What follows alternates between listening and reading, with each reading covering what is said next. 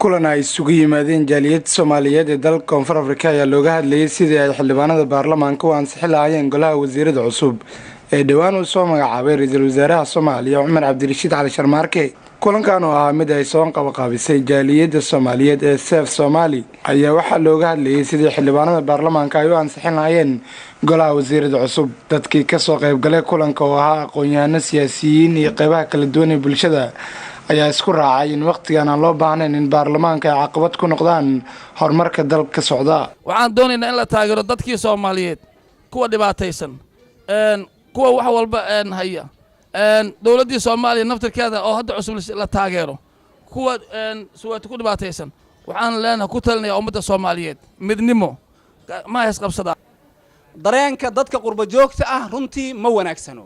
waxaan ka codsanayaa إن شاء الله تعالى هذه مسج كان أوجارو إني قولها وزيرة أنصحيان وحن كل علينا يا إن برلمان كصوماليا أو نو أنصحيه قولها وزيرة قولها وزيرة لنا وحن كرجينا جار أهان وزير كأريمها دي بدأ إنه وحكي قبته دبعت هذا قرب جوكته كوها يسطو عالمك وحد أكتهين إن دبعت بدن أي كل عضي دتك دياس براها هذي أهاله هذي dadka Yurub galay iyo haday dadka ahaaleeday Afrika ku nool marka insha Allah ta'ala please and please baarlamaanka Soomaaliya hadowsan golaha wasiirada oo san baas karin waxa dhici doonta in kacdoon dhaco oo isan meelin waa mahadsantiin salaamu alaykum.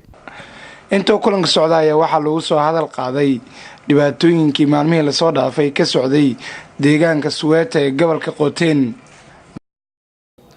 waxaad ogtihiin Soweto waxa ka dhacday 500 oo dukaan oo Soomaali ah ayaa la baabi'iyay.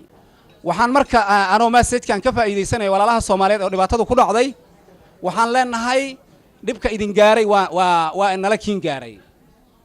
waxaad ogtihiin safaarad ayaa in muddo ka furan oo 3 sano ku dhawaada haddana saasay tahay maanta awoodeedu waxay gaarsiin la adahay inay dadkii la soo boobay xataa ay tiraaho waan ka xunahay anigoon dhaleeceynaynin haddana inaan dareenkayna muujina laga maarmaan waaye.